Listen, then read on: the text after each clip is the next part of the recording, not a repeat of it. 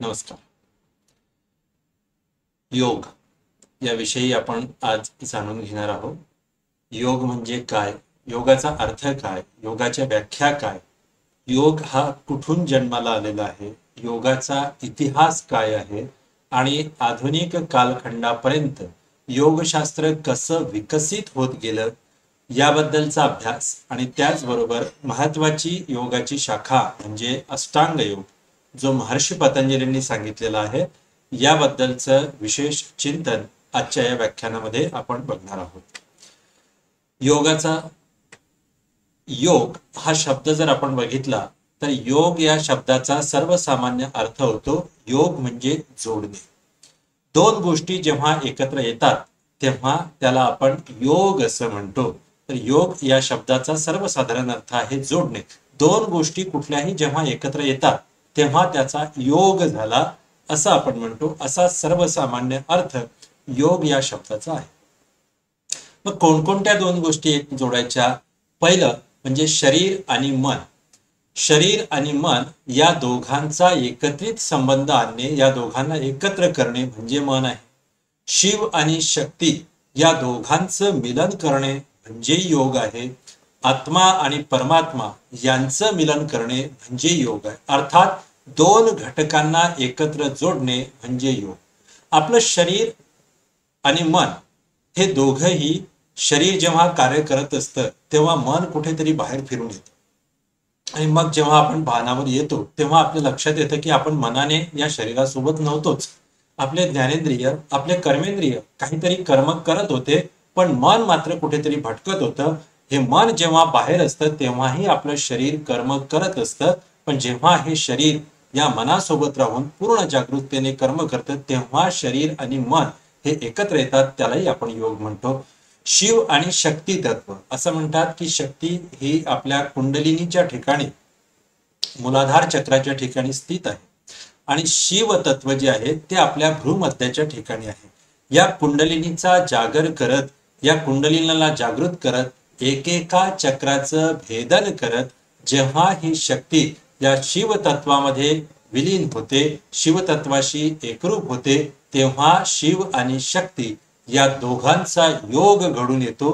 त्याला सुद्धा योग असं म्हटलं जातं. तिसरं आत्मा आणि परमात्मा.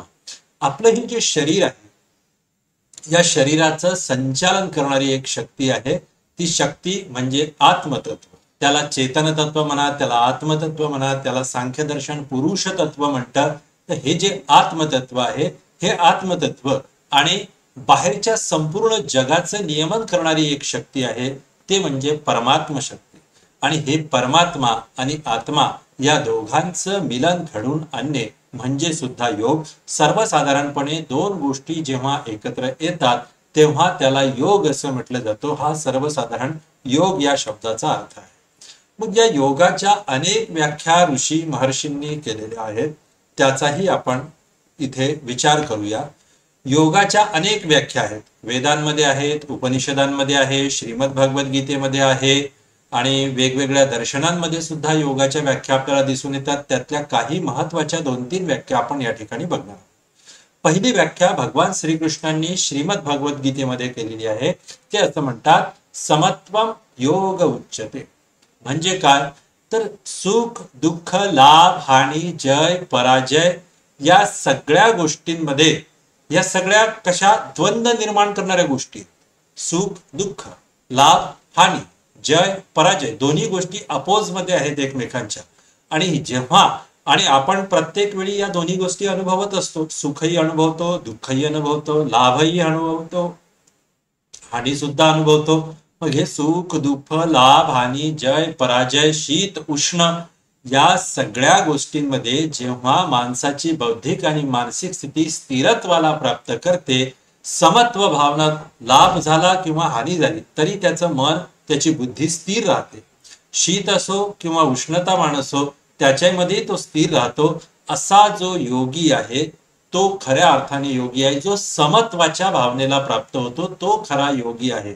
म्हणजे जीवनामध्ये काही लाभ झालाय का किंवा हानी झाली का, एखाद्या वेळी जय झाला काय किंवा पराजय झाला काय, आपल्याला कोणी निंदा केली का किंवा कोणी स्तुती केली का, त्याचा कुठलाही फरक आपल्या मानसिक किंवा बौद्धिक स्तरावर पडत नाही, तेव्हा त्या अवस्थेला समत्वम योग उच्यते, म्हणजे अशी मनाची आणि बुद्धीची अवस्था म्हणजे योग होय, असं भगवान श्रीकृष्ण या ठिकाणी म्हणतात. दुसरी एक व्याख्या भगवान श्रीकृष्णांनीच श्रीमद भगवद गीतेमध्ये केलेली आहे. त्यामध्ये ते असं म्हणतात, योग कर्मसु कौशलम. योग काय आहे तर कर्मामध्ये कुशलता प्राप्त करणे. आपण प्रत्येक जण काही ना काही कर्म करत असतो, पण हे कर्म करत असताना भगवान आपण कौशल्यम म्हणजे कौशल्य या गोष्टीचा, या शब्दाचा अर्थ आपण एक असाही घेतो की योग कर्मसु कौशल्य म्हणजे जे कर्म आपण करतोय ते कौशल्यपूर्ण पद्धतीने करणे. एखादी महिला आहे, ती समजा स्वयंपाकामध्ये सुगरण आहे, ती छान स्वयंपाक करते, तर ती तिच्या कामामध्ये परिपूर्ण आहे, तिने त्यातलं कौशल्य प्राप्त केलेलं आहे. एखादा मूर्तिकार आहे, त्या मूर्तिकाराने ती मूर्ती बनवण्याचं काम त्याच्या अंगवळणी पडलेलं आहे, त्याच्यामध्ये त्याने कुशलता प्राप्त केलेली आहे, तर ते सुद्धा कौशल्य आहे. पण भगवान श्रीकृष्णांना या शब्दामधून एक वेगळा अर्थ सुद्धा अभिप्रेत आहे. भगवान श्रीकृष्ण म्हणतात की जेव्हा आपण एखादं कर्म कुठल्याही फळाची अपेक्षा न ठेवता जेव्हा करतो, तेव्हा त्याला कुशल कर्म म्हटलं जातं. आणि तो असं पद्धतीचं कर्म जेव्हा आपण करतो, तेव्हा तो सुद्धा योग आहे, असं भगवान श्रीकृष्ण म्हणतात. म्हणजे काय, योग कर्मसु कौशलम, याचा अर्थ आपण करीत असलेलं कर्म कुठल्याही फळाच्या अपेक्षेशिवाय, फळाची आशा न ठेवता जेव्हा आपण करतो, तेव्हा त्याला म्हटलं जातं योग कर्मसु कौशलम. तो खऱ्या अर्थाने योगी आहे असं म्हटलं जातं. तिसरी व्याख्या भगवान पतंजलींनी केलेली आहे. महर्षी पतंजली योग सूत्रामध्ये असं म्हणतात, योग चित्त वृत्ती निरोध. योग काय आहे तर चित्ताच्या वृत्तीचा निरोध आहे. आपल्या चित्तामध्ये अनेक वृत्ती म्हणजे विचारांचे तरंग निर्माण होत असतात, आणि या विचारांच्या तरंगांना निरोध करणे, त्याला थांबवणे, त्यांचं शमन करणे, त्यांना शांत करणे, त्यांना स्थिर करणे, या विचारांना म्हणजे योग होय. ही योगाची व्याख्या पतंजली योग सूत्रामध्ये पहिल्या पादामध्ये, दुसऱ्या सूत्रामध्ये महर्षी पतंजलींनी सांगितलेली आहे. मग आपण या व्याख्येलाच अधिक विस्तृतपणे बघूया. महर्षी पतंजलींनी म्हटलंय की योग चित्त वृत्ती निरोध. मग चित्त काय आहे तर चित्त हा आपल्या अंतःकरणाचा एक भाग आहे. करण याचा शब्द होतो इंद्रिय, आणि बाह्यकरण म्हणजे बाहेरून दिसणारी इंद्रिय, आणि अंतःकरण म्हणजे आतमधली इंद्रिय. मग आतमध्ये आपल्या 4 गोष्टी आहेत, ज्याला आपण अंतःकरण म्हणतो, म्हणजे आतले इंद्रिय म्हणतो. त्याच्यामध्ये मन आहे, बुद्धी आहे, चित्त आहे आणि अहंकार आहे. हे मन, बुद्धी, चित्त आणि अहंकार थोड्या फार फरकाने वेगवेगळ्या कार्याच्या स्वरूपाच्या दृष्टिकोनातून याच्यामध्ये थोडीफार भिन्नता आहे. चित्त अशी गोष्ट आहे की ज्या ठिकाणी आपण केलेले कर्म, मनातल्या भावभावना, विचार, आपण केलेली कृती, या सगळ्यांचे, आपण अनुभवलेल्या सगळ्या घटना यांचं एक संस्करण, यांचं एक स्मृतीच्या रूपामध्ये ज्या ठिकाणी साठवलं जातात आपले अनुभव, त्याला चित्त असं म्हटलं जातं. मग या चित्तामध्ये अनेक प्रकारचे संस्कार साठवलेले असतात, आणि बाहेरच्या जगामध्ये जशी जशी परिस्थिती उद्भवते तसं तसं चित्त तशा प्रकारच्या वृत्ती निर्माण करत असतो. मग वृत्ती म्हणजे काय तर मनामध्ये उठणारे असंख्य विचार. चित्तामध्ये आधीच काही संस्कार संग्रहित झालेले आहेत. ते संग्रहित असलेले संस्कार वृत्ती रूपाने मनामध्ये असंख्य विचारांचे तरंग निर्माण करत असतात, हे आपण लक्षात घ्यायला पाहिजे. मग या चित्तामध्ये उठणाऱ्या ज्या वृत्ती आहेत, त्या वृत्ती कोणत्या आहेत त्याचाही आपण विचार करणार आहोत पुढे.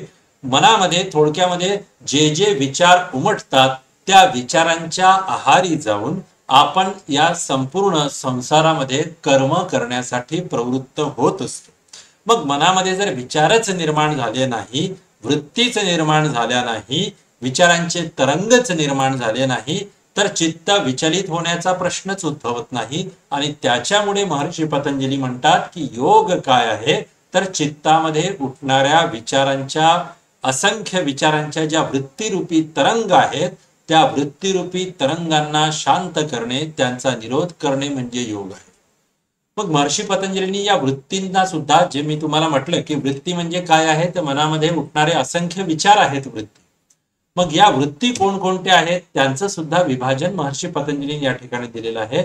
महर्षी पतंजली म्हणतात प्रमाण विपर्य विकल्प निद्रा स्मृतयः. म्हणजे काय? वृत्ती 5 प्रकारच्या आहेत. प्रमाण वृत्ती, विपर्यय वृत्ती, विकल्प वृत्ती, निद्रा वृत्ती आणि स्मृती वृत्ती. जसं हे जे पिक्चर आपल्याला दिसतो आहे याच्यामध्ये बघा एक जलाशय दाखवलेला आहे आणि हा जलाशय म्हणजे आपलं चित्त आहे. त्याच्यामध्ये तरंग उमटण्याची क्षमता आहे, पण बाहेरून एखाद्या वृत्तीरूपी विषय जेव्हा आतमध्ये येतो चित्तामध्ये, तेव्हा त्याच्यावर विचारांचे तरंग निर्माण होतात. चित्तामध्ये उठणारे विचार किंवा वृत्ती हे एखाद्या जलाशयामध्ये उठणाऱ्या तरंगांप्रमाणे असतात आणि त्याचाच आपल्याला निरोध करायचा असतो. म्हणजे चित्तरूपी जलाशयामध्ये उठणाऱ्या असंख्य विचार तरंगांना स्थिर करणे, त्यांचा निरोध करणे म्हणजे योग होय. कारण या वृत्तींना, या जलाशयाला जर आपण स्थिर केलं तर आपल्याला स्वतःचं खरं स्वरूप कळू शकेल. समजा एखादा जलाशय आहे किंवा एखादं पाण्याचं भांड भरलेलं आहे मोठं, आणि त्या पाण्याच्या भांड्याच्या तळाशी आपण एक कॉइन टाकलेला आहे. मग तो कॉइन 5 रुपयाचा आहे, 10 रुपयाचा आहे की 2 रुपयाचा आहे, याचं खरं स्वरूप आपल्याला केव्हा कळेल? जेव्हा वर त्या पाण्यावर उठणारे जे तरंग आहेत ते तरंग जेव्हा शांत होतील, स्थिर होतील, तेव्हा आपल्याला त्या पाण्याच्या तळाशी असलेल्या कॉइनचं खरं स्वरूप कळेल की हा 5 रुपयाचा शिक्का आहे, हा 5 रुपयाचा कॉइन आहे. तसंच आपलं मूळ स्वरूप, आपण सच्चित आनंद स्वरूप आहोत, आपण आत्मरूप आहोत, आपण आत्मा आहोत, आपण चेतन तत्व आहोत. मग या चेतन तत्वाला आपण विसरून आपण या विचाररूपी वृत्तींच्या मागे, तरंगांच्या मागे लागतो आणि खरं स्वरूप आपलं आपण विसरून जातो. आणि म्हणून जेव्हा आपण हे विचाररूपी तरंगांना, वृत्तींना आपण स्थिर करतो, तेव्हा आपल्याला स्वस्वरूपाची जाणीव होती की मी कोण आहे खऱ्या अर्थाने. मी म्हणजे हे शरीर नाही, मी म्हणजे हे मन नाही, मी म्हणजे बाहेरची कोणी व्यक्ती किंवा हे शरीर म्हणजे मी नाही. तर मी काय आहे? तर मी आत्मतत्व आहे. हे जेव्हा आपल्याला केव्हा कळेल? आपल्याला जेव्हा वृत्ती शांत होतील, वृत्तींचा निरोध होईल, तेव्हा आपल्याला ते कळतं. आणि म्हणून या वृत्तींचा निरोध झाल्यानंतरच, या वृत्तींचा निरोध करणे म्हणजे योग होय. आणि हा योग साध्य झाला म्हणजे आपल्याला स्वतःच खरं स्वरूप कळतो, असं महर्षी पतंजली म्हणतात. या प्रमाण, विपर्य, विकल्प, निद्रा आणि स्मृती याच्या माध्यमातून अनेक प्रकारचे विचार आपल्या मनामध्ये येत असतात. प्रमाण वृत्ती म्हणजे काय? तर बाहेरच्या एखाद्या गोष्टीचं आपल्याला ज्ञान प्राप्त करून घेण्याचं साधन जे असतं त्याला प्रमाण म्हटलं जातं. विपर्य म्हणजे विपर्ययो मिथ्या ज्ञान मतद्रुप प्रतिष्ठम, असं महर्षी पतंजली म्हणतात. विपर्य म्हणजे काय? तर खोटं ज्ञान, जे अस्तित्वातच नाहीये असं खोटं ज्ञान म्हणजे विपर्य. समजा दोरीला साप समजणे, हा विपर्य आहे. तिसरा आहे विकल्प. विकल्प वृत्ती म्हणजे काय? तर शब्द ज्ञानानुपाती वस्तू शून्य विकल्प, हा असं म्हटलेलं आहे. म्हणजे काय? तर शब्द अस्तित्वात आहे पण वस्तू शून्य आहे, त्या नावाची वस्तूच अस्तित्वात नाहीये. गाढवाची शिंग, मग गाढवाची शिंग म्हटल्यानंतर आपल्या मनामध्ये वृत्ती निर्माण झाली, पण गाढवाला शिंगच नसतात मुळात. म्हणून शब्द ज्ञानानुपाती, ज्याचं ज्ञान केवळ शब्दाने होतं पण वस्तू मात्र अस्तित्वात नाहीये, अशी वृत्ती म्हणजे विकल्प वृत्ती. चौथी आहे निद्रा वृत्ती. निद्रा वृत्तीसाठी महर्षी पतंजली म्हणतात अभाव प्रत्ययालंबना वृत्तिर्निद्रा. म्हणजे जे प्रत्यक्ष घडतंय त्या गोष्टींचा, आजूबाजूला घडणाऱ्या गोष्टींचा अभाव होणे. आपण तिथेच असतो, आजूबाजूच्या घटनाही तशाच घडत असतात, पण निद्रेमध्ये असताना त्या बाजूला काय सुरू आहे त्या गोष्टीचा अभाव होऊन जातो, त्याला निद्रा वृत्ती असं म्हटलेलं आहे. आणि 5वी वृत्ती सांगितलेली आहे स्मृती, म्हणजे आठवणी.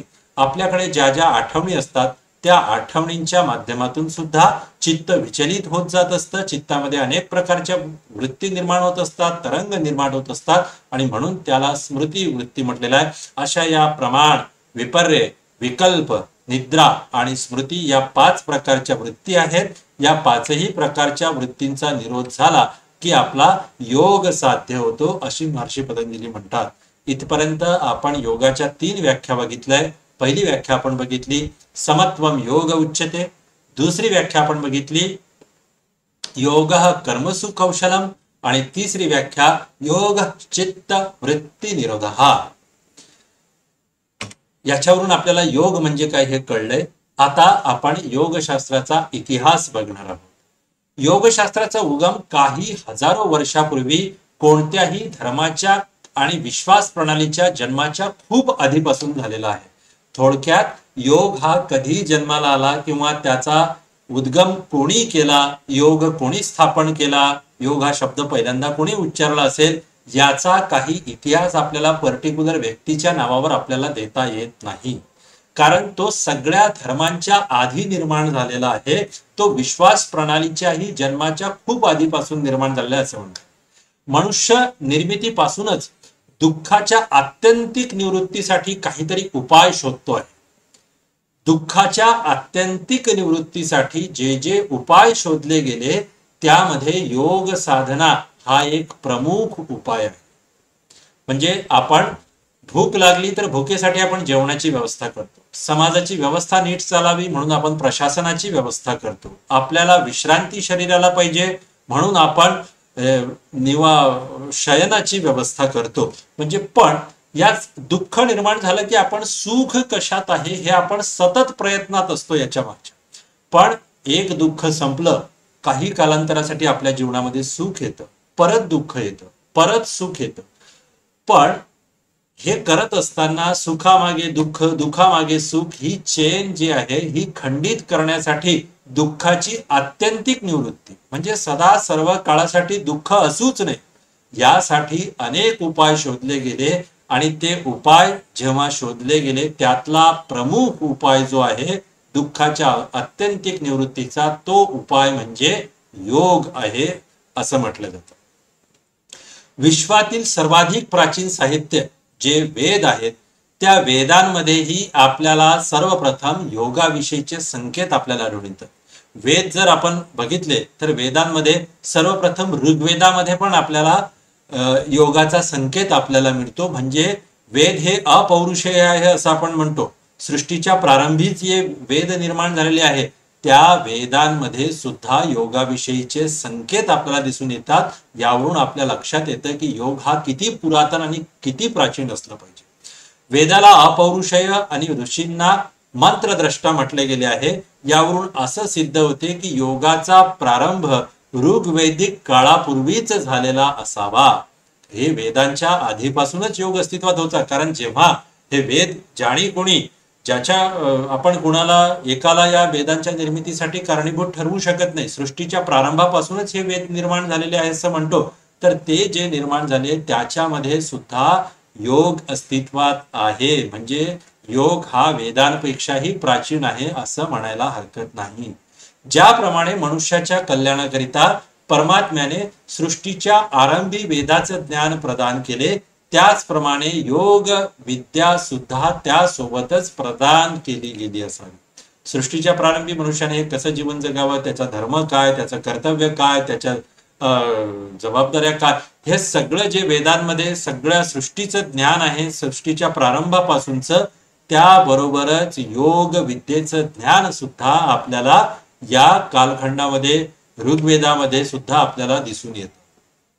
मग योगाचे प्रवर्तक नेमकं कोणाला म्हणायचं, त्याच्यासाठी अनेक परंपरा निर्माण झाल्या आणि त्या अनेक परंपरा ज्यांच्या आहेत त्यांनी कोणाला योगाचं प्रवर्तक मानलं त्या संदर्भातली ही चर्चा आपण करूया. सर्वप्रथम आपण बघूया की नाथ परंपरेचे योगी आदिनाथ भगवान शिव यांना योगाचं प्रथम प्रवर्तक मानतात. कारण आदिनाथ गुरु सकळ सिद्धांचा आणि मग मच्छिंद्रतयाचा मुख्य शिष्य ही जी आहे ही नाथ परंपरा जेव्हा निर्माण झाली तेव्हा नाथ परंपरेचे सगळे जे योगी आहेत ते आदिनाथ भगवान शिवाला योगाचं प्रथम प्रवर्तक मानतात. आख्यायिका अशी आहे की भगवान शिवाला जेव्हा पार्वतीने विचारलं की हा योग काय आहे तेव्हा योगाचं सगळं ज्ञान जेव्हा भगवान शिवानी पार्वतीला दिलं तेव्हा पाण्यामध्येच पडून असलेले मत्स्येंद्रनाथ मत्स्य रूपामध्ये हा सगळा योग त्यांनी ऐकला आणि मग हळूहळू त्या योगाचा प्रचार प्रसार होत गेला आणि म्हणून नाथ परंपरेचे जे योगी आहेत ते आदिनाथ भगवान शिव यांना योगाचा मुख्य प्रवर्तक मानतात.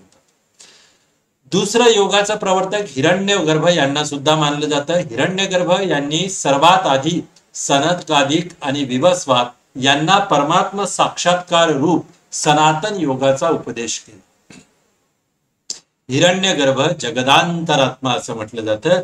हे हिरण्यगर्भ जे आहे हे कोणी व्यक्ती नसून ही जगताचा आत्मा आहे आणि त्यांनीच सनकादिक विवस्वात यांना परमात्मा साक्षात्कार रूप सनातन योगाचा उपदेश केलेला आहे. म्हणजे हा योग किती सनातन आहे हे याच्यावरून आपल्याला लक्षात येतं. ही एक दुसरी परंपरा जे हिरण्यगर्भाला योगाचा प्रवर्तक मानतात. गीतेच्या 4th अध्यायामध्ये श्रीकृष्ण अर्जुनाला सांगतात की मी या योगाचा उपदेश सृष्टीच्या प्रारंभीत सूर्याला दिला होता. सूर्याने तो विवस्वात मनुला दिला, मनुने तो इक्ष्वाकुला दिला आणि अशी एक लांब ऋषी महर्षींची परंपरा या योगामध्ये निर्माण झाली. कालांतराने हा योग काही काळासाठी लुप्त झाला आणि तोच योग मी आज तुझ्या समोर प्रकट करतोय, तुला सांगतो आहे असं भगवान श्रीकृष्ण अर्जुनाला गीतेच्या 4th अध्यायामध्ये सांगत आहेत. म्हणजे ही भगवान श्रीकृष्णाला सुद्धा योगेश्वर भगवान त्याच्यामुळेच म्हटलं जातं की भगवान श्रीकृष्णाला सुद्धा योगाचा प्रवर्तक मानणारी ही एक परंपरा. हठप्रदीपिका या ग्रंथामध्ये योगी स्वात्माराम यांनी आदिनाथ अर्थात भगवान शिव यांनाच हठयोगाचा उपदेष्टा स्वीकार केले आहे. कारण हठप्रदीपिकेची सुरुवात करतानाच स्वामी स्वात्माराम असं म्हणतात आदिनाथाय नमस्तु. म्हणजे आदिनाथ भगवान शिवाला त्यांनी नमस्कार केला. म्हणजेच हठयोगाचे जे हठयोग जे मानणारे आहेत, हठयोगाची जी परंपरा आहे त्या परंपरेमध्ये सुद्धा आदिनाथ भगवान शिवालाच योगाचा प्रवर्तक मानलं गेलेला आहे. दुसरी एक आख्यायिका अशी आहे की हजारो वर्षापूर्वी हिमालयाच्या उंच शिखरावर आदियोगी यांनी तपस्या केली आणि सर्वप्रथम समोर उपस्थित असलेल्या सप्त ऋषींना योगाचा उपदेश देण्यास प्रारंभ केला. हजारो वर्षापूर्वी असं म्हणतात की उंच शिखरावर हिमालयाच्या आदियोगी यांनी तपस्या केली आणि सर्वप्रथम समोर उपस्थित असलेल्या सप्त ऋषींना योगाचा उपदेश दिला. खूप दीर्घ काळपर्यंत आदियोगी यांनी तपस्या केली. अनेक लोक त्यांच्याकडे येऊन गेले पण त्यांना कसलंही भान नव्हतं. पण काही ऋषी मात्र हा महर्षी कोण आहे आणि हा याच्या साधनेमधून बाहेर आल्यानंतर याला आपण विचारूया की काय तुम्ही नेमकं प्राप्त केलं, हे काय तुम्ही करत होते. तर ते आदियोगीच होते आणि त्यांच्या समोर जे 7 ऋषी बसलेले होते त्या 7 ऋषींना सर्वप्रथम त्या आदियोग्यांनी योगाचं ज्ञान दिलं आणि म्हणून एक ऋषींची परंपरा आदियोगी यांना सुद्धा योगाचा प्रवर्तक मानणारे आहे. मग हा जो वैदिक कालखंडापासून हा जो योग आलाय याचा हळूहळू विकास कसा होत गेला त्याचंही वर्णन आपण संक्षिप्त रूपामध्ये बघूया. योगशास्त्राच्या इतिहासाचे काही कालखंड आपण या ठिकाणी बघणार आहोत. पहिला कालखंड आहे श्रुती काळ किंवा त्याला वैदिक काळ असं म्हटलं जातं. वेदाच्या प्रकटीकरणापासून साधारणपणे भगवान बुद्धानंतर 2 शतकापर्यंतचा कालखंड हा श्रुती काळ किंवा याला वैदिक काळ असं म्हटलं जातं. या कालखंडामध्ये योग हा जो आहे हा सर्वत्र विखुरलेला होता. लोक त्याची साधना करत होते, ऋषीमुनी त्याची साधना करत होते, पण हा योग असा यत्र तत्र विखुरलेला योग होता. मग दुसरा कालखंड आला तो आहे दर्शन कालखंड. या द्वितीय कालखंडाला सूत्र ग्रंथांचा काळ किंवा स्मृती काळ असं म्हटलं जातं. या काळामध्ये अनेक दर्शनांची निर्मिती झाली ज्याच्यामध्ये जैन दर्शन असेल, बौद्ध दर्शन असेल, न्याय दर्शन, वैशेषिक, सांख्य, योग हे दर्शन सूत्र ग्रंथांचा काळ. कदाचित याच कालखंडामध्ये पतंजली योग सूत्र ग्रंथाचा सुद्धा निर्माण झालेला असावा. कारण जो योग वैदिक काळामध्ये सर्वत्र विखुरलेला होता तो सूत्रबद्ध करण्याचं कार्य महर्षी पतंजलींनी पतंजली योग सूत्र या ग्रंथामध्ये केलेलं आहे. आणि म्हणून महर्षी पतंजली जेव्हा योग सूत्र या ग्रंथाची सुरुवात करतात तेव्हा ते असंच पहिलं सूत्र लिहितात, अथ योगानुशासन. म्हणजे मी आता योगाला अनुशासनबद्ध पद्धतीने तुमच्या समोर व्यक्त करतो आहोत, मांडतो आहे, रचतो आहे. कारण योग हा त्यांच्या आधीपासूनच अस्तित्वात होता, हे प्रांजळपणे महर्षी पतंजली या ठिकाणी मान्य करतात. आणि म्हणून या द्वितीय कालखंडाला सूत्र ग्रंथाचा काळ किंवा स्मृती काळ असं म्हटलं जातं. तिसरा जो कालखंड आहे तो आहे टीका ग्रंथांचा काळ. हा टीका ग्रंथाचा काळ साधारण 4थ्या शतकापासून ते 10व्या शतकापर्यंतचा कालखंड आहे. या कालखंडामध्ये जे आधीचे निर्मित जे ग्रंथ होते त्या ग्रंथांवरची टीका लिहिल्या गेली, त्या ग्रंथांवरचं भाष्य लिहिल्या गेलं आणि म्हणून या कालखंडामध्येही योगाचा चांगल्या पद्धतीने विकास होत गेला. त्यानंतरचा पुढचा जो कालखंड आहे तो आहे भक्ती आणि हठयोगाचा उत्कर्षाचा कालखंड. 10व्या शतकापासून ते साधारण 19व्या शतकाच्या शेवटपर्यंतचा कालखंड हा भक्ती आणि हठयोगाचा उत्कर्षाचा कालखंड मानला जातो. या कालखंडामध्येच हठयोगाचे अनेक ग्रंथ लिहिल्या गेले. या कालखंडामध्ये भक्तीशी रिलेटेड अनेक ग्रंथ लिहिले गेले. या कालखंडामध्ये भक्ती योगाचा तर उत्कर्ष झालाच, त्याचबरोबर अनेक रूढी, प्रथा, परंपरा, काही वाईट चालीरीती, अंधश्रद्धा सुद्धा या कालखंडामध्ये निश्चितपणे निर्माण झाल्या. आणि मग त्या अंधश्रद्धांमधून बाहेर आणण्यासाठी विज्ञानाने अनेक प्रकारचे शोध लावले. आणि म्हणून हा जो कालखंड आहे भक्ती आणि हठयोगाचा उत्कर्षाचा कालखंड, हा सुद्धा योगाच्या विकासामध्ये खूप मोठा हातभार लावणारा हा कालखंड होता, ज्याच्यामध्ये भक्ती योगाचा आणि हठयोगाचा उत्कर्ष झालेला आपल्याला दिसून येतो. पाचवा जो कालखंड आहे तो आहे आधुनिक कालखंड, जो 19व्या शतकापासून आजपर्यंतचा जो कालखंड आहे तो कालखंड हा आधुनिक कालखंड म्हणून आपण जर गृहीत धरला तर या कालखंडामध्ये अनेक ग्रंथ लिहिले गेले. स्वामी दयानंद सरस्वती, स्वामी विवेकानंद अशा प्रकारचे अनेक महर्षी या कालखंडामध्ये सुद्धा निर्माण झाले. आज अनेक जे योग गुरु आहेत, चांगल्या चांगल्या संस्था नामांकित ज्या आहेत, त्या या आधुनिक कालखंडामध्येच योगशास्त्राचा प्रचार प्रसार करण्याचं कार्य या कालखंडामध्ये त्यांनी हाती घेतलंय. स्वामी शिवानंद असतील, स्वामी शिवानंद सरस्वती असतील, स्वामी सत्यानंद सरस्वती असतील, यांनी सुद्धा या आधुनिक कालखंडामध्ये जो या भारतभूमीवर निर्माण झालेला सनातन जो योग आहे तो योग देशातच नव्हे तर विदेशामध्ये पोहोचवण्याचं कार्य या ऋषी महर्षींनी या आधुनिक कालखंडामध्ये केलेलं आहे.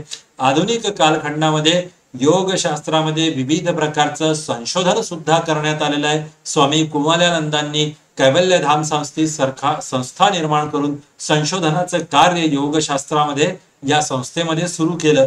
योगशास्त्रामध्ये संशोधन करणारी जर पहिली कुठली संस्था असेल तर ती कैवल्यधाम लोणावळा ही आहे, ज्या ठिकाणी स्वामी कुवल्यानंदांनी योगशास्त्रामध्ये संशोधन करण्याचं काम सुरू केलं. आणि हे संशोधन लोकांसमोर मांडण्यासाठी योग मीमांसा नावाचं जर्नल सुरू केलं, ज्याच्यामधून योगाचे हे विविध संशोधन लोकांसमोर मांडले गेले. त्यानंतर हळूहळू लोक योगाचा एक चिकित्सा पद्धती म्हणून सुद्धा उपयोग आधुनिक कालखंडामध्ये करायला लागले.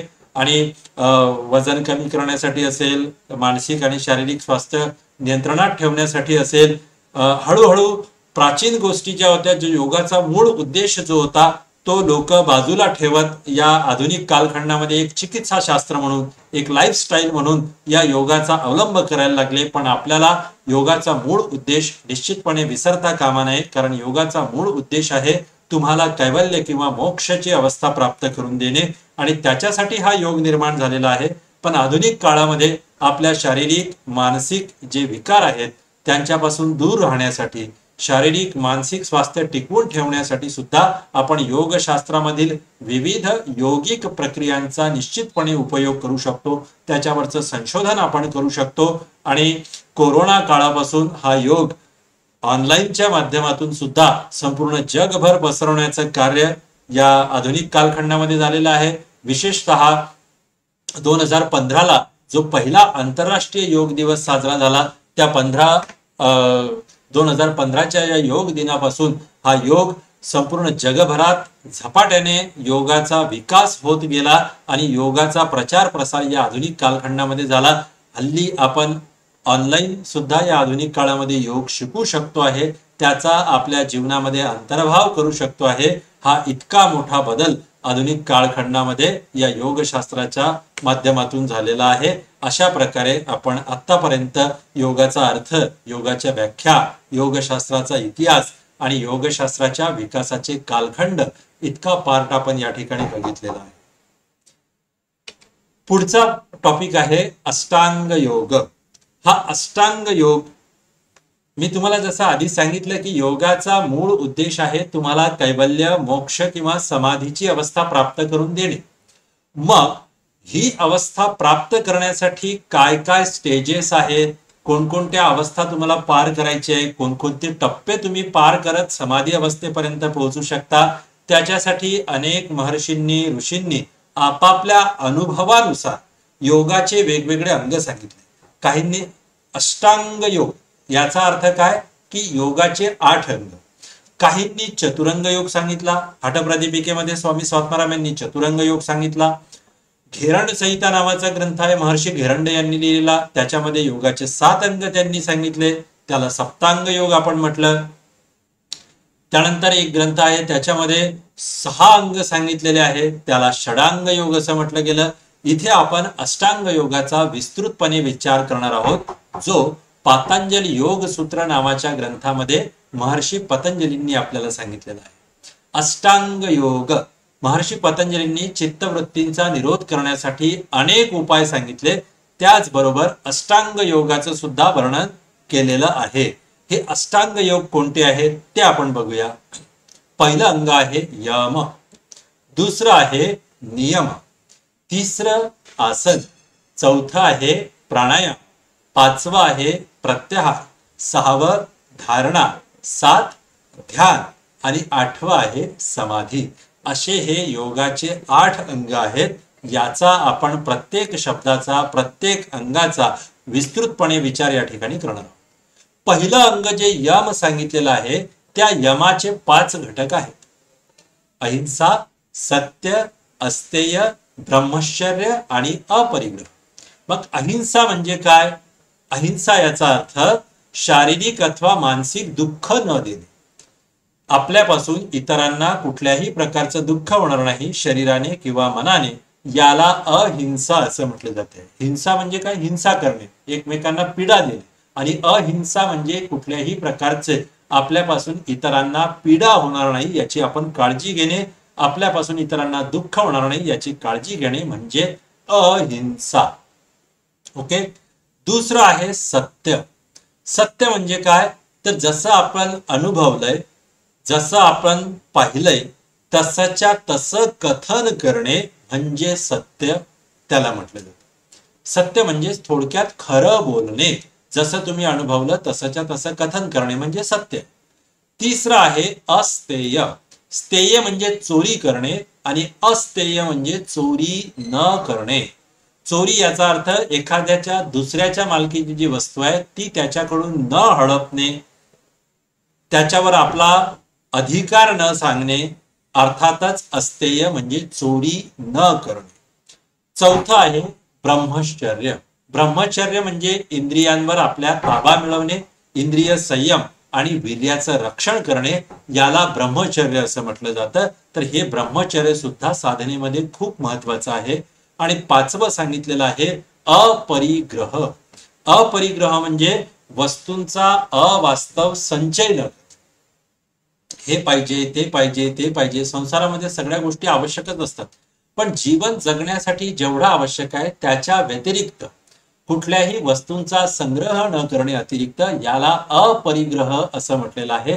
तर हे 5 गोष्टी ज्या आहेत त्या यमाच्या अंतर्गत आहे. महर्षी पतंजली असं म्हणतात की या 5 गोष्टींचं पालन साधकाने सुरुवातीला केलं पाहिजे, नंतर त्याच्या ते निश्चितपणे अंगवळणी पळतच साधनेमध्ये तो जसा जसा पुढचा टप्पा गाठत जातो.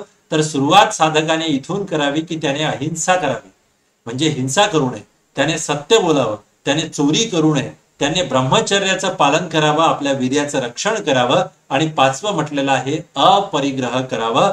तर हे 5ही घटकांचं पालन पहिल्या यम या टप्प्यामध्ये आपण करायला पाहिजे.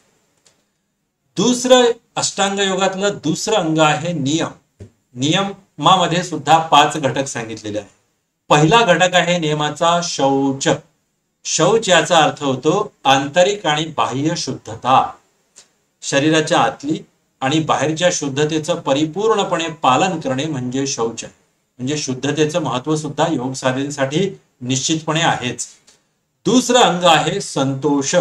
संतोष म्हणजे काय, तर आहे त्या परिस्थितीत समाधानाने सुखाने राहणे म्हणजे संतोष. तर हे अंग सुद्धा साधकाने आपल्या अंगी बांधलं पाहिजे, संतोष समाधानी राहणे. तिसरं आहे तप. तप म्हणजे काय, ध्येय प्राप्तीसाठी कष्ट सहन करणे.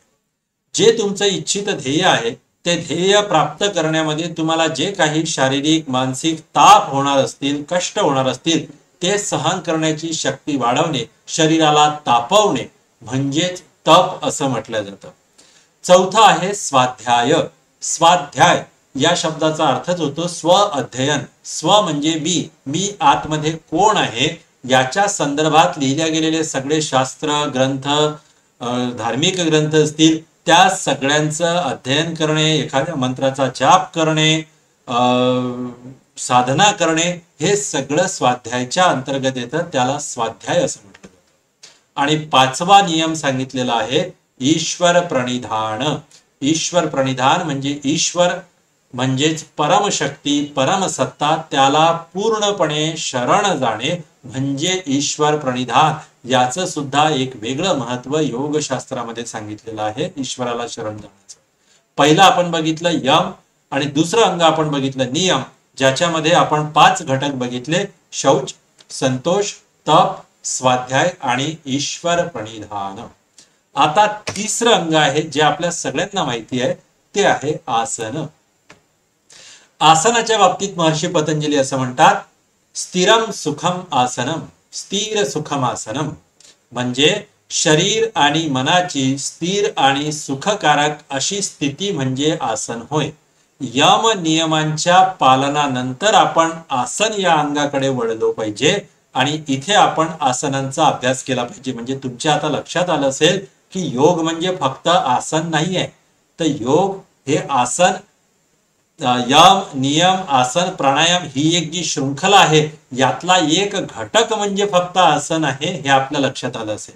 तर आपण यम नियमाच्या पालनानंतर आसनांचा अभ्यास करायला पाहिजे, जो आपल्या शरीराचं मनाचं शुद्धीकरण करण्यासाठी अत्यंत आवश्यक आहे. तर आसन हे अष्टांग योगामधलं तिसरं अंग सांगितलेलं आहे. आता आपण एक एक टप्पा पुढे आणि अंतरंगाकडे आपण जात आहोत. हा तिसरा टप्पा होता आपला आसन, ज्याला महर्षी पतंजली काय म्हणतात, स्थिर सुखम आसनम. शरीर आणि मनाची स्थिर आणि सुखकारक अशी अवस्था. चौथा टप्पा महर्षी पतंजलीने सांगितला, चौथा अंग प्राणायाम. प्राणायाम हा शब्द जर आपण बघितला तर प्राण प्लस आयाम म्हणजे आपल्या ठिकाणी असलेला प्राणिक शक्तीचा आयाम म्हणजे विस्तार करणे म्हणजे प्राणायाम त्याला म्हटलेलं. मग महर्षी पतंजली काय म्हणतात, श्वास आणि प्रश्वासाच्या गतीवर नियंत्रण प्रस्थापित करणे म्हणजे योग. श्वास आणि प्रश्वासाच्या गतीवर नियंत्रण प्रस्थापित करण्याचं कार्य जे आहे ते प्राणायामाच्या माध्यमातून होत असतं. प्राणायामाला परिभाषित करताना महर्षी पतंजली असं म्हणतात, तस्मिन सती श्वास प्रश्वास योर गती विच्छेद प्राणायाम. म्हणजे काय, तर आसन यम नियम आसन याच्यामध्ये तस्मिन सती याच्यामध्ये दृढता प्राप्त झाल्यानंतर, आहारावर नियंत्रण प्रस्थापित केल्यानंतर, इंद्रियांवर नियंत्रण प्रस्थापित केल्यानंतर श्वास आणि प्रश्वास जो आपला कंटिन्युअसली सुरू आहे त्या श्वास आणि प्रश्वासाच्या गतीवर त्या गतीचा विच्छेद करणे म्हणजे श्वास घेतो आपण आणि सोडतो, त्याच्यामध्ये जो पॉज येतो तो त्या गतीचा विच्छेद करणे, तो जो मधला पॉज आहे तो जास्तीत जास्त वेळपर्यंत वाढवणे, त्याचा स्थिरतेचा कालावधी वाढवणे म्हणजे प्राणायाम होय. थोडक्यात श्वास प्रश्वास यांच्या गतीचा विच्छेद करणे म्हणजे प्राणायाम. हे चौथं अंग महर्षी पतंजलींनी या ठिकाणी सांगितलेलं आहे. त्यानंतर पाचवं अंग जे आहे ते आहे प्रत्याहार. प्रत्याहार प्रतिआहार. प्रतिआहार याचा अर्थ काय, तर आपल्या इंद्रिय जे आहेत आपले, त्या इंद्रियांना त्यांच्या विषयांपासून विन्मुख करून अंतर्मुखी करण्याचा प्रयत्न करणे. ते कसं करायचं ते पण आपण पुढे बघणार आहोत. महर्षी पतंजली प्रत्याहाराला परिभाषित करताना काय म्हणतात त्याचा या सूत्रामध्ये आपण विचार करणार आहोत. इथे काय म्हटलंय, स्वविषया संप्रमोषे इवेंद्रियाणाम प्रत्याहारः. स्वविषया संप्रमोषे इवेंद्रियाणाम प्रत्याहारः, म्हणजे आपले जे इंद्रिय आहेत त्या प्रत्येक इंद्रियांचा एक एक विषय आहे आणि त्या इंद्रियांना त्यांचा विषयाचं सेवन न करू देणे म्हणजे प्रत्याहार होय. थोडक्यात या ठिकाणी तुम्हाला स्क्रीनवर दिसत असेल की आपले जे सेन्स ऑर्गन्स आहेत, कान, नाक, डोळे, जीभ आणि त्वचा, हे जे 5 आपले सेन्स ऑर्गन्स आहेत, या सेन्स ऑर्गन्सचे 5 विषय सुद्धा आहेत. जसं कानाचा विषय आहे शब्द, डोळ्याचा विषय आहे रूप, नाकाचा विषय आहे गंध, त्वचेचा विषय आहे स्पर्श आणि जिभेचा विषय आहे रस.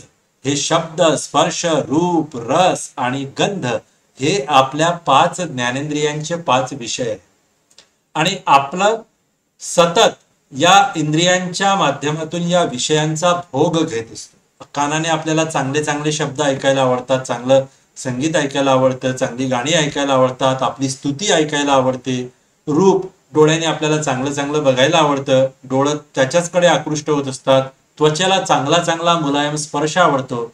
रस, जिभेला रसणा सुद्धा म्हटलं जातं, तर जिभेला चांगली चांगली चव आवडते.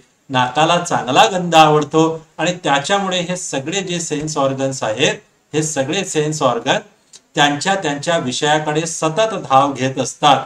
आणि हे सतत विषयांकडे धाव घेण्यामुळे काय होतं की आपण त्या विषयांमध्येच अडकून जातो, स्वतःचं स्वरूप आपण विसरून जातो. म्हणून महर्षी पतंजली प्रत्याहारामध्ये काय सांगतात की ज्याच्यामध्ये तुम्ही अटॅच झालेले आहात त्याच्यापासून तुम्हाला डिस्ट्रॅक्ट व्हायचं आहे, आतल्यामध्ये आत अंतर्मुखी आपल्याला व्हायचंय, त्याला प्रत्याहार असं म्हटलं जातं. हा झाला 5वा विषय प्रत्याहार.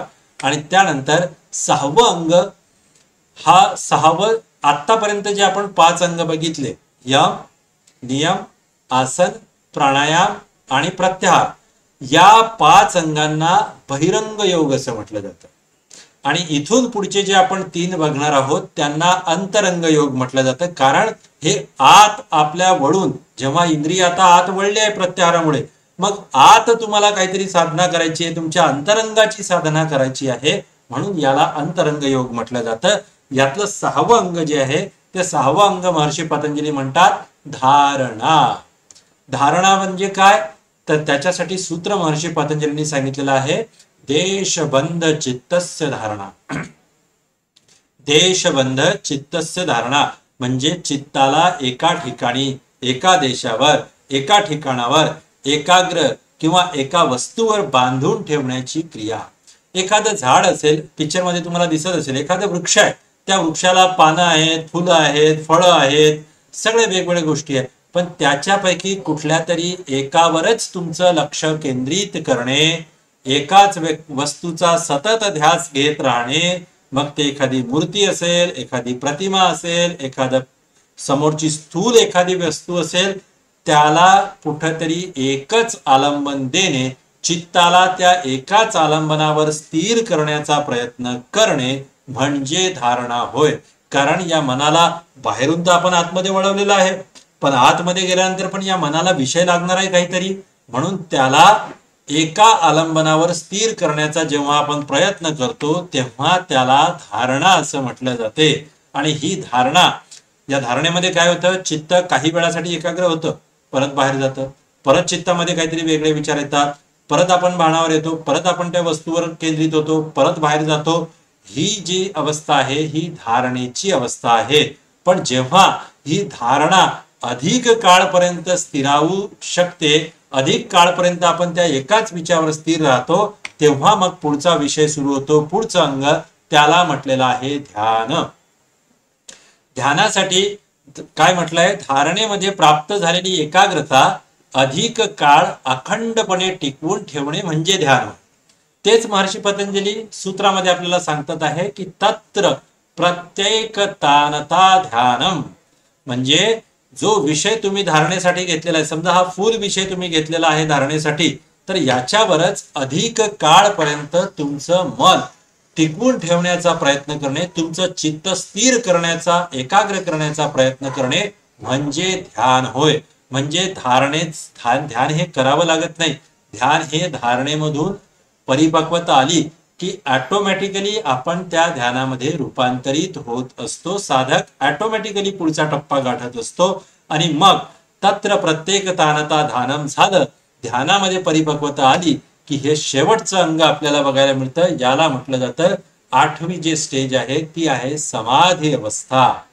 आणि समाधी म्हणजे काय, तर ज्या वस्तूवर आपण धारणा केली त्यानंतर त्याच्यावरच आपण ध्यान केलं, त्याचे स्वरूप शून्य होऊन केवळ त्याच्या ज्ञानाची अनुभूती होत राहणे म्हणजे समाधी. आता ती वस्तू पण शिल्लक नाहीये डोळ्यासमोर, पण तरीही चित्तामध्ये ती वस्तू इतकी साठवलेली आहे की तुम्ही त्याच्यामध्येच पूर्णपणे मग्न होऊन जाता. अशी जी अवस्था निर्माण होते तिला समाधी असं म्हटलेलं आहे. तेच महर्षी पतंजलींनी या सूत्रामध्ये सांगितलेलं आहे, तदेवार्थ मात्र निर्भासा स्वरूप शून्यमेव समाधी. म्हणजे आता केवळ त्या वस्तूचा आभास मात्र शिल्लक आहे. ती वस्तू मुळात स्वरूपाने काय झालेली आहे, शून्य झालेली आहे आणि त्या शून्यामध्ये तुम्ही समाधीस्थ झालेला आहात. समाधी या शब्दाचा अर्थच होतो की समधी. धी म्हणजे बुद्धी आणि सम म्हणजे समान होऊन जाणे. तुमची बुद्धी एकाच ठिकाणी स्थिर होऊन जाणे. जे मी सुरुवातीला तुम्हाला सांगितलं की समत्वम योग उच्यते. बाहेरची परिस्थिती कशीही असली तरीही त्याच्यामध्ये तुमची बुद्धी स्थिर राहणे, तर ती अशी टप्प्याटप्प्याने आपल्याला या समाधीपर्यंत पोहोचता येते. त्याच्यासाठी 8 अंग आपण बघितले. कोणते कोणते? पहिला बघितला आपण यम, त्यानंतर त्याच्यामध्ये 5 घटक आपण बघितले. दुसरा आपण बघितला नियम, त्याच्यामध्ये 5 आपण घटक बघितले. तिसरा बघितला आपण आसन, चौथा आपण बघितलं प्राणायाम, 5वा आपण बघितलं प्रत्याहार, त्यानंतर आपण बघितलं धारणा, ध्यान आणि 8व्या क्रमांकाचं आपण बघितलं समाधी. अशा प्रकारे हा महर्षी पतंजलींचा अष्टांग योग आहे. आतापर्यंत आपण योग म्हणजे काय, योगाचा अर्थ काय, योगाच्या व्याख्या काय आहेत, योगाचा उद्गम कसा झाला, त्याचा इतिहास काय आहे, प्राचीन कालखंडापासून वैदिक काळापासून आधुनिक कालखंडापर्यंत योगशास्त्राचा विकास कसा होत गेला आणि त्यानंतर महर्षी पतंजलींनी सांगितलेला अष्टांग योग, यम, नियम, आसन, प्राणायाम, प्रत्याहार, धारणा, ध्यान आणि समाधी या अष्टांग योगाचं विस्तृत वर्णन आपण या ठिकाणी बघितलेलं आहे. या ठिकाणीच आपलं आजचं चिंतन या ठिकाणी थांबूयात. हरिओम सर्वांना.